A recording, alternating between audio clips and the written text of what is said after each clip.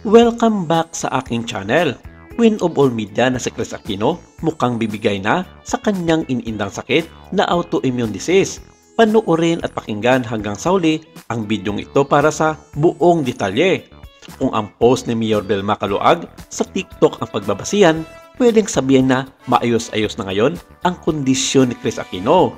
Sa TikTok post nga ni Mayor Belma na kung saan nagsaselebrate na ng 17th birthday sa BNB, pinasilip nga niya si Kris na pinakita pa rin ang nakasulat sa kanyang damit na "You deserve to be happy". At sa video na iyon, kinuwento nga niya kung paano sila nagkakilala ni Mayor Belma na pinuri nga niya ito dahil naging madali na raw ang biyahe mula San Fernando to Alto. Pinakiusapan din ni Kris si Mayor Belma na dalawin si Kuya na ang tinutukoy nga ay ang panganay niyang anak na si Joshua. At syempre, masayang-masaya ang mga fans ni Kris dahil sa naturang video, madaldal na ulit si Kris na may hawak-hawak pang pagkain. Kung boses nga lang ang maririnig mo at hindi ka titingin sa video, pwede mong isipin na walang sakit si Kris. Pero syempre, mapayat pa rin si Kris at tatakpan lang talaga ng maluwag na suot niya ang kapayatan niya.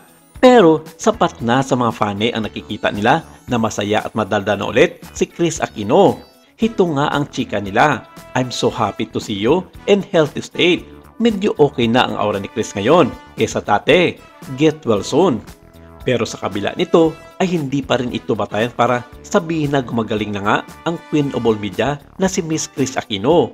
Dahil ayon sa iba, pilit lamang ito na ginagawa ng host para maibsan lamang ang pag-alala ng kanyang mga fans, ng kanyang mga pamilya, lalong-lalo na ng kanyang dalawang anak na sina Bembe at Josh. Na kung tutuusin, siya na mismo ang nagsasabi na baka hindi niya maabutan ang 18th birthday ng kanyang bunso na si Bembe. Kaya ayon sa ibang mga netizens, hindi pa kailangan ng iba na magbunye dahil gagaling na nga ang kanilang iniidolo na si Miss Kris Aquino. Unless kung sasabihin na niya mismo ito sa publiko na nagkakaroon na nga ng improvement ang kanyang pagpapagaling sa kanyang sakit na autoimmune disease na halos 3 taon na niyang iniinda ito. Maging ang mga doktor na sumuri sa kanya sa mga nakalipas na taon ay bumigay na rin at hindi na ito nagbibigay ng kung anumang mga assurance sa kanya na gagaling na siya ng 100%. Sa katuwiran, lahat ng mga gamutan na ginagawa sa kanya ay malaking risk pa rin para ikamamatay niya na anumang oras na ngayon.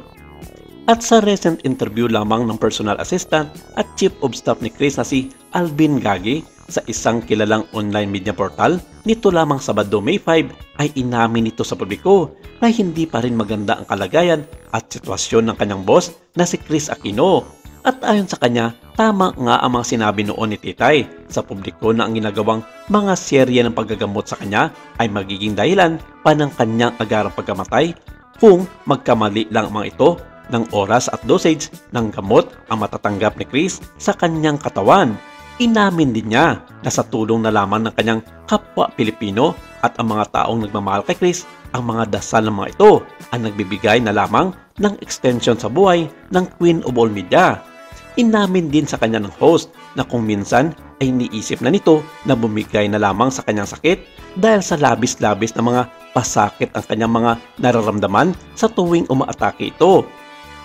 Pero sa kabila nito ay lumalaban pa rin si Kris sa nasabing sakit at tanging ang kanyang mga anak na sina Bembe at Josh ang nagbibigay lakas ng loob sa kanya para harapin at labanan ang kanyang sakit.